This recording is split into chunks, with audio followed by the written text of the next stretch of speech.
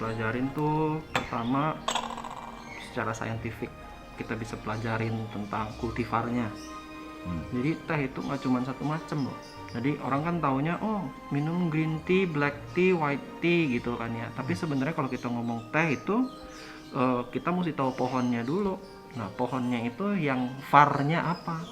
Ada Camellia sinensis var sinensis, ada Camellia sinensis var assamica. Nah, kalau Camellia sinensis var sinensis itu punya karakter sendiri, Camellia sinensis var assamica itu punya karakter sendiri. Nah, belum lagi kalau kita ngomong nih Camellia sinensis var sinensis, tapi dia ditanam di mana? Areanya seperti apa? Itu jadinya beda lagi.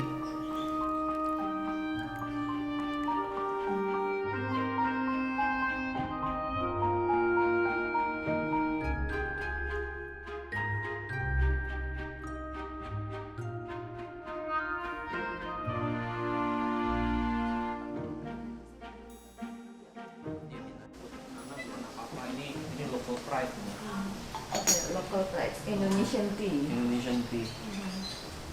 You will never find anywhere else, bener. Ini oolong.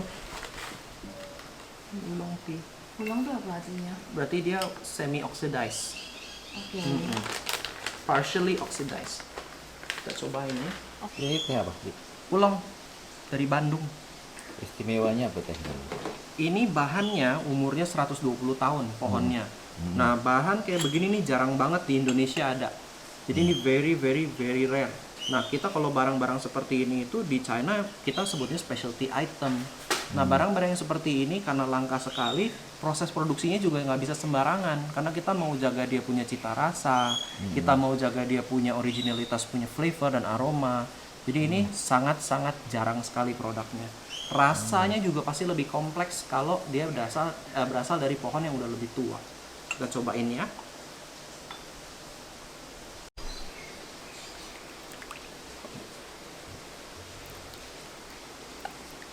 Cepet ya diseduhnya, nggak harus lama-lama. Nggak Di, pakai di Indonesia jarang teh seperti ini. Jarang. Untuk yang umur umur tua begini jarang sekali. Karena apa? Kebanyakan kan Indonesia produksi teh. Memang kita tahu Indonesia itu adalah negara nomor 7, 8, 9 ya. Kita range-nya itu terbesar produksi teh di dunia. Nah, tapi yang diproduksi itu kebanyakan barang komoditas, alias barang yang dipakai untuk blending. Nah, jadi bukan specialty item yang seperti ini. Ini kita sebut sebagai single origin, bukan barang-barang begini. Nah, barang yang seperti ini nih jarang sekali ditemukan di Indonesia. Nah, jadinya kalau sampai kita bisa ketemu nih pohon tehnya aja udah tua gitu kan. Tua itu berarti udah jarang sekali. Ini pohon tehnya ditanam di tahun 1900. Jadi kalau kita tarik sampai sekarang umurnya 120 tahun. Ya, itu zaman Belanda itu ditanamnya. Nah, jadi yang seperti ini tuh langka sekali. Karena apa? Paling banyak kita produksi adalah untuk komoditas.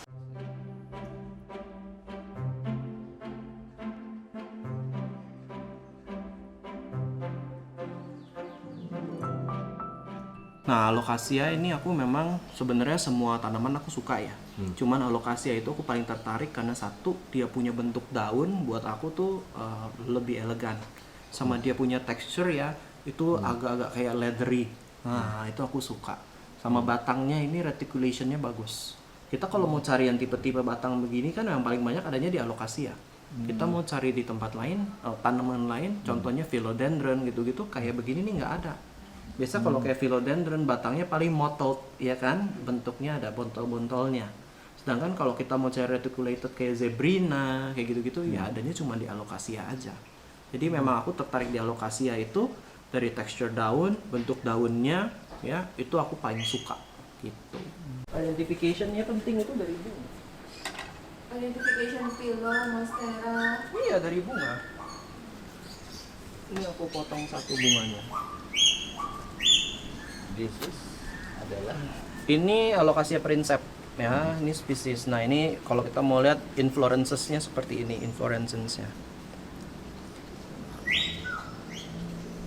Lihat, nah ini kita belum selesai, nanti kita mesti bongkar lagi dalamnya. Ini kita bisa lihat nih ada putik, ada serbuk-serbuk sarinya. Nah kalau ada keluar serbuk sari itu artinya dia spesies. Kalau hybrid dia infertile, nggak bisa keluarin serbuk sari. Ini princeps. Ini alokasia princeps. Ini dari Borneo. Borneo. Ini dari Borneo. siapa? Mau cari di hutan mah banyak, Hmm. tapi kalau mau cari di nursery agak sedikit ya, susah ya, nggak banyak. Prinsep juga banyak variationnya soalnya. Ini kan prinsep yang agak common. Yang prinsep yang agak lebih susah lagi itu daunnya dia lebih tipis, ya itu kita sebutnya prinsep purple cloak. Jadi bawahnya ini ya ungu semua. Biasa di mana dapetnya itu? Itu paling banyak sih waktu itu yang bawa dari Amerika. Oh. Mm-mm. Aku pikir Bentuknya dari aromanya juga bisa. Alocasia itu sebenarnya kalau dari area Southeast Asia itu banyak ya. Paling banyak itu alocasia yang sekarang kita tahu ornamental plants paling banyak dari Filipina. Ya, dari Filipina itu banyak sekali. Terus ada lagi dari Borneo. Nah, dari Borneo ada, dari Sumatera juga ada, sebenarnya dari Jawa pun ada. Jadi sebenarnya kalau kita mau cari alocasia itu tersebar di Southeast Asia itu banyak sekali, macam-macam bentuknya. Cuma memang yang paling terkenal sekarang ini adalah dari si Philippines. Ya, contohnya alocasia zebrina, alocasia tigrina, nah itu dari Filipina. Alocasia loco itu juga dari Filipina. Batwing atau Nycteris atau Advincula, nah itu juga dari Filipina gitu. Ini alocasia batwing nih asli dari Filipina, daerah Mindanao juga. Bagus nih dia bentuk daunnya. Nah ini kalau kita ngelihat nih ada kayak kuning-kuning nih. Ya ini sebenarnya tandanya di akarnya lagi sakit. Nah ini kemarin saya baru kasih fungicide. Nah biasa kalau kuning-kuning gini akarnya kena jamur atau kita sebutnya bisa kena nets juga. Ya ini makanya kita jangan sampai kenapa kok ada yang bilang akar tuh jangan terlalu basah gitu, karena takutnya kalau terlalu basah lembab terus udaranya panas ya, nah itu bisa promote pertumbuhan dari si nets juga. Nah ini waktu itu saya salahnya adalah apa, saya taruh di luar barengan sama tanaman baru. Nah tanaman baru itu kita nggak tahu tuh bawa penyakit nggak. Nah ini kebetulan kayaknya tanaman barunya tuh bawa penyakit gitu, bawa jamur. Nah jadi dia kena gitu. Nah ini kalau kita lihat nih kan kayak putih-putih ya. Nah putih-putih ini sebenarnya ini spider mites nih. Ini kutu. Ini kita mesti buangin, tapi spider mites tuh susah sekali dibuang. Jadi kita cuma bisa prevent kalau untuk spider mites itu sebenarnya. Caranya gimana? Humidity itu harus tinggi. Jadi gitu. kalau humidity tinggi, spider mites nggak bisa survive, mati punya. Tapi kalau dia cuacanya terlalu dry, nah spider mites itu bisa thriving, bisa hatch, bisa banyak. Gitu. Dulu medianya menarik nih. Nah, medianya. Nah, saya itu ya di rumah itu kebanyakan kita sebutnya namanya semi hydro. Kenapa kok semi hydro sih? Jadi semi hydro itu tujuan saya adalah supaya dia self sustaining. Jadi kalau kita pakai tanah itu kan kita mesti cek ya tanahnya basah apa enggak. Sedangkan kalau semi hydro itu pakai kaca gini kita bisa lihat dia masih perlu air apa enggak gitu. Itu satu. Terus kedua juga kalau semi hydro itu untuk growth roots-nya itu lebih gampang, banyak, lebih cepat ya. Lebih cepat tumbuh akar baru. Nah, itu juga lebih cepat untuk promote keluar daun baru juga. Cuma memang agak complicated-nya gimana caranya supaya dia jangan sampai terlalu basah. Kalau terlalu basah juga nanti terlalu benyek gitu. oh ini Ini Suhirmaniana. mirip Watsoniana ya. Mirip kayak orang banyak pikir ini Watsoniana, padahal ini Suhirmaniana. ID-nya gimana? Salah satu contohnya. Ini kita bisa lihat dia punya petiole, ya, dia punya petiole. Ini batangnya tuh merah, underside leaf-nya juga merah. Nah, ini nih Suhirmaniana. Ini juga sama Suhirmaniana. Nah, Suhirmaniana daun barunya seperti ini. Dia mengkilat, dia kayak minyak ya. Nah, kayak oily gitu. Jadi pada saat baru dia kayak begini. Daunnya agak-agak kayak rainbow kalau kena matahari. Warna-warni. Kalau yang kayak Aku gini, boleh pepet-pepetin nih. dong. Nah ini yang kayak gini nih Watsoniana. Sebenarnya ini jatuhnya masih belum Watsoniana. Ini jatuhnya lebih ke arah Longiloba kompleks. Watsoniana asli yang original aku belum ada. Masih mencari. Ini namanya Alocasia loco. Nah, Alocasia loco ini juga aslinya dari Filipina nih, bukan dari Indonesia. Nah, ini dari daerahnya sama Mindanao juga. Jadi kalau kita lihat nih bentuk daunnya ya kayak keriting-keriting gini. Jadi orang banyak kira ini cristata. Nah, banyak juga yang pikir ini kayak mirip kayak Alocasia triangularis. Nah, beda nih sama Alocasia triangularis. Kalau Alocasia triangularis nih semua Venation-nya aja hijau. Nah, sedangkan ini Venation-nya aja ungu gitu ya. Kita lihat tuh tulang daunnya ungu. Nah, terus daunnya juga kita bisa lihat ada urat-uratnya tuh kelihatan jelas, tegas gitu. Kita kalau mau lihat tuh kan daun baru ya. Nih kita kalau mau lihat daun tuanya nih udah begini kira-kira. Nah, ini dari atas kita bisa lihat ya, veinsnya tuh silver, veinsnya silvery. Terus kalau kita mau lihat dari baliknya, tuh baliknya agak ungu. Gini. Terus veinsnya juga jelas, dia daunnya kayak reticulated ya. Jadinya apa? Patternnya tuh tegas gitu. Dapat kapan nih? Dapat segede ini jarang. Ini pas dapet itu kecil, jadi pas dapet nggak gede. Nah, cuma nih saya rawat sekitar kapan ya? Ini udah sekitar 4 bulan lah, 4 bulan 5 bulan. Nah, tapi numbuhnya nih cepet banget gedenya. Semenjak saya semi hydro, itu numbuhnya itu bisa 3 kali lipat speednya. Ini cepet banget. Dan ini setiap habis selesai keluar daun langsung keluar daun lagi.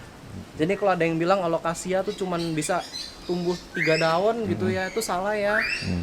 Jadi alokasia tuh bisa banyak daunnya, bisa 9, bisa 10 bahkan.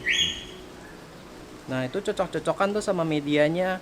Kalau medianya dia cocok, pasti daunnya bisa lebih banyak. Kalau medianya nggak cocok, nah itu baru tuh pasti dia daunnya gugur-guguran. Setelah tumbuh 1 langsung gugur 1, tumbuh 1 gugur 1 gitu.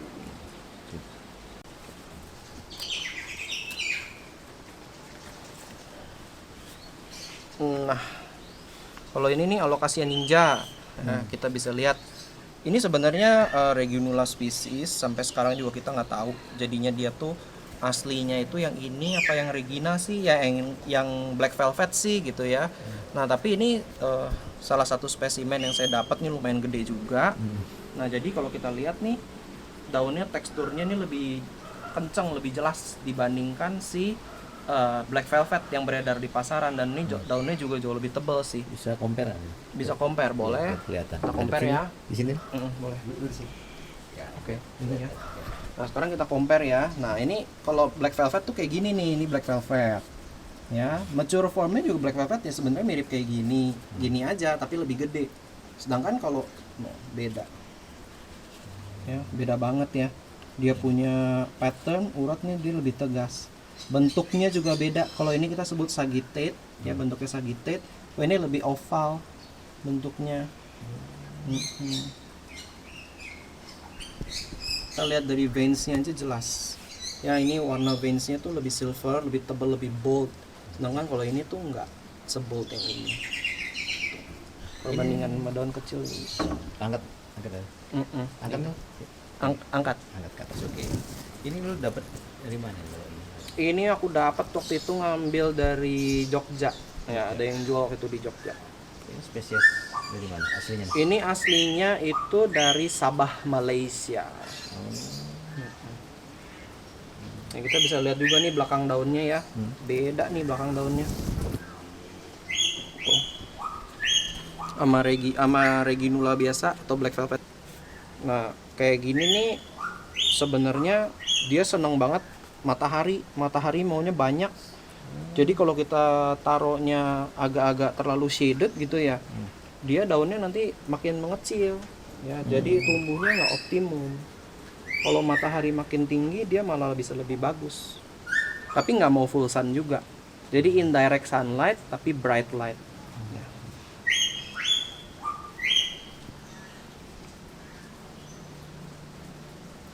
Ini boleh. Ini sih hybrid. Nah, ini kita bisa lihat salah satu contoh, ini hybrid ya. Nah, ini hybridnya si Silver Dragon sama Alocasia rugosa atau Alocasia melo. Ya, kita sebutnya di sini melo badak. Nah, ini namanya Alocasia Dragon Moon. Nah, ini adalah hybrid dari si Silver Dragon sama melo badak. Tuh. Nah, kalau yang ini Alocasia reginae. Nah, ini Reginae Princess Elaine. Ya, jadi Regina itu ada 2. Satu itu Reginae Princess Miri, satu Reginae Princess Elaine. Bedanya dari mana? Dari underside-nya. Jadi kalau yang Princess Elaine tuh underside-nya gini, pucet ya, warnanya hijau. Jadi kalau kita lihat tuh daunnya warnanya agak-agak silverish, bluish gitu. Tapi kalau yang Princess Miri ini belakangnya merah warna daunnya. Jadi ini merah, kayak Suhirmaniana tuh belakangnya merah. Nah, Miri juga belakangnya merah. Nah, ini jadi depannya nanti warnanya akan lebih gelap.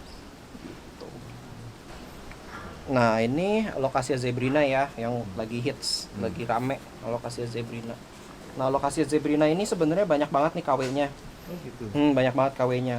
Jadi kita kalau mau ID-in Alocasia zebrina itu jangan cuman lihat bentuknya mirip atau batangnya loreng-loreng aja. Kita lihat dari daunnya juga, dia punya vein-nya kayak apa. Ya, ini bentuknya sagittate-nya begini. Terus kita lihat dia punya batang, ya. Ini warnanya hijau. Nah, luriknya zebrina tuh kayak gini. Warna batangnya hijau. Nah, tapi reticulated begini. Jadi vivid. Nah, ini zebrina. Sedangkan yang banyak beredar itu ada yang batangnya agak coklat, ada yang batangnya agak lebih pucat. Nah, itu sebenarnya bukan zebrina. Itu? Paling banyak itu adalah longiloba. Longiloba var wongi. Ya, wongi ini yang banyak sekali dijual di luaran sebagai zebrina. Gitu. Ini dari Filipina juga ya? Ini dari Filipina juga, ini dari Filipina.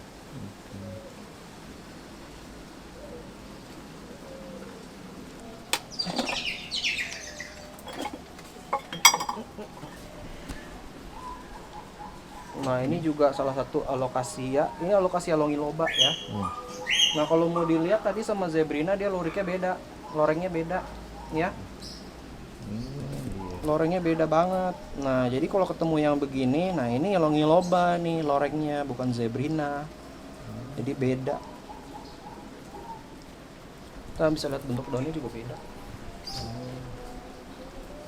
Ini longiloba.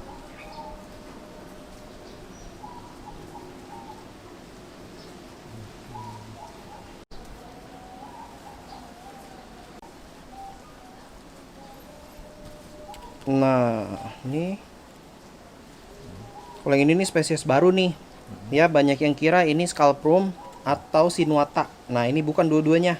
Ini namanya Alocasia puncak-bornensis. Alocasia puncak-bornensis. Ini spesies baru. Ya, dia beda banget sebenarnya sama scalprum ataupun sama si sinuata. Ya, dia daunnya lebih elongated.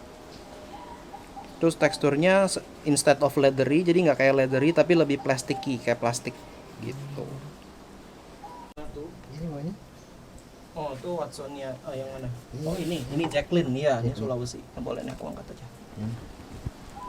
Nah, ini juga yang lagi ngehits nih, sekarang lagi banyak banget. Ini Alocasia Jacqueline ya. Ini aku punya kecil, yang gede kemarin lagi ngambek. Nah, ini yang kecil.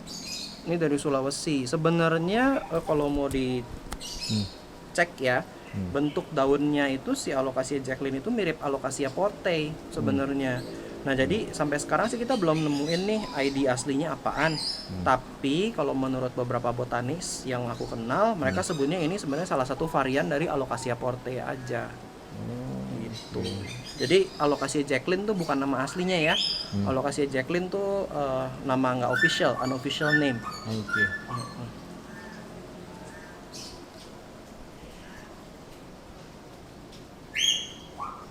Ini Alocasia juga. Alocasia. Nah, ini juga Alocasia nih. Ini banyak yang bingung bentuknya kayak palem ya. Iya. Nah, ini Alocasia brancifolia. Nah, ini yang banyak bilang sebut Alocasia brancifolia pink passion. Katanya karena batangnya dia agak pinky. Ya, batangnya dia agak pinky warnanya. Ini banyak yang bilang Alocasia brancifolia pink passion. Nah, dia yang ini nih asalnya dari Papua. Originnya dari Papua. Bukan dari Sulawesi, bukan dari Borneo, tapi dari Papua. Kita lihat daunnya dia pecah ya. Fenestration. Banyak yang kira kayak palem, padahal bukan. Nah, ini nih yang lagi rame nih, orang pada bilang Alocasia olani ya. Ini bukan Alocasia. Sebenarnya ini ID-nya namanya Chlorospatha atropurpurea. Ya, Chlorospatha atropurpurea. Kita lihat daunnya velvety. Nah, ini nanti daunnya sebenarnya pas udah adult bisa pecah daunnya. Nah, tuh underside-nya kayak gini. Ini bukan Alocasia ya, ini Chlorospatha. Jadi Tapi kan mirip banget, kenapa nggak masuk? mirip, nggak masuk, tapi karena dia apa, alokasia ntar gede daunnya nggak pecah ya, nggak fenestration. Tapi kalau dia nanti daunnya fenestration. Itu satu dari situ. Ntar bunganya juga beda, inflorescence-nya juga agak beda. Kita lihat underside leaf-nya kayak gini. Ini daunnya juga lebih tipis, ya nggak kayak alokasia pada umumnya daunnya agak tebal, dia daunnya lebih tipis. Nah ini mau humidity tinggi nih, nggak bisa terlalu kering. Kalau terlalu kering nanti dia kayak gini agak kuning, agak dry. Gitu. Ini bukan alokasia ya, ini Chlorospatha atropurpurea. Tuh lihat akarnya. Nih ya, yang bilang alokasia nggak bisa di semi hydro, bisa lihat ya tuh akarnya wild banget, rimbun banget. Ini aku semi hydro. Ya, ini alokasia New Guinea Gold. Ya, ini natural variegation. Jadi dia itu kalau semakin tua batangnya akan semakin gold, tapi tetap nih ada reticulationnya. Terus dia punya daun, kalau kita makin expose ke full sun itu bercak kuningnya makin banyak. Ya, bercak kuningnya makin banyak. Kalau nggak terlalu kena matahari malah agak hijau gitu. Kalau kena matahari banyak dia agak goldnya lebih banyak. Gitu. Variannya banyak apa cuma satu yang kuning-kuning? Kalau yang kuning-kuning gini ada dua sebenarnya. Yang saya tahu sekarang ada dua. Satu ini yang New Guinea Gold, satu lagi yang Macrorhiza Gold. Nah itu beda. Kalau yang Macrorhiza Gold itu batangnya kuning, ya veinnya juga kuning, tapi daunnya hijau polos. Nah bentuknya juga beda. Kalau ini yang New Guinea Gold, ini lumayan jarang juga, ini lumayan langka juga untuk ditemuin.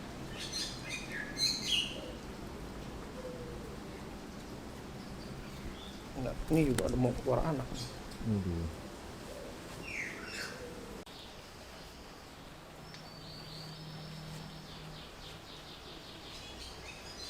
Nah kita ngelihat nih sekarang ya, kalau misalnya alokasia nih banyak sekarang sebutnya hunter gitu kan ya, atau poacher. Jadi mereka tuh ngambil dari alam. Nah yang jadi masalah pada saat mereka ngambil dari alam itu adalah nanti yang di alamnya lama-lama akan habis. Inilah yang terjadi di Filipina. Nah kita kalau pernah dengar namanya Alocasia sanderiana. Alocasia sanderiana ini adalah aslinya itu dari Filipina, areanya Mindanao. Nah area Mindanao ini sampai habis sekali yang namanya Alocasia sanderiana. Alocasia sanderiana ini sudah punah di alam liar. Dan sekarang kalau kita mau cari pun untuk ornamental plants itu jarang sekali dan harganya pun udah lumayan mahal sekarang. Nah inilah yang kita prevent jangan sampai terjadi yang namanya kepunahan di alam liar. Nah saya udah lihat nih beberapa tren ya, kayak di Sulawesi itu udah banyak yang ambil dari alam liar, dari Kalimantan, terus dari Sumatera, itu banyak sekali yang mereka langsung cabut dari alam liar. Yang akan jadi masalah adalah apa? Nah cabutan dari alam liar ini nggak bisa langsung kita tanam di rumah. Karena apa? Iklimnya itu berbeda. Yang dari hutan itu sudah adaptasi, lingkungan hutan itu sudah berapa tahun, udah berapa lama. Terus kita bawa nih pindah misalnya ke lingkungan rumah kita, misalnya di Jakarta. Kita tahu sendiri Jakarta panas ya. Nah Jakarta panas, kondisinya juga berbeda. Otomatis si tanaman itu nanti sampai Jakarta dia nggak bisa langsung aklimasi, dia nggak bisa langsung adaptasi. Nah resikonya apa? Langsung mati. Nah hal-hal yang seperti ini akan lead to extinction, akan melead ke kepunahan. Nah kita harus bisa mencegah hal ini juga jangan sampai terjadi. Caranya gimana? Kalau kita misalnya ambil nih dari hutan ya, kita ambil yang bongkol 40 cm, kalau bisa cacah dari situ. Cacah dari situ kita tanam, kita perbanyak, dan dari cacahnya itu baru kita jual lagi. Jadi jangan sampai kita ambil bongkol 40 cm itu terus langsung jual begitu aja. Kita ambil satu yang besar, kita cacah, kita perbanyak, baru kita jual. Jangan salah, dengan cara begini kita jadi punya lokasinya lebih banyak, ya nggak, stoknya jadi lebih banyak. Kedepannya, jangka panjangnya, itu kita untungnya justru malah bisa lebih besar dibandingkan kita ngambil begitu aja dan langsung jual. Seperti itu.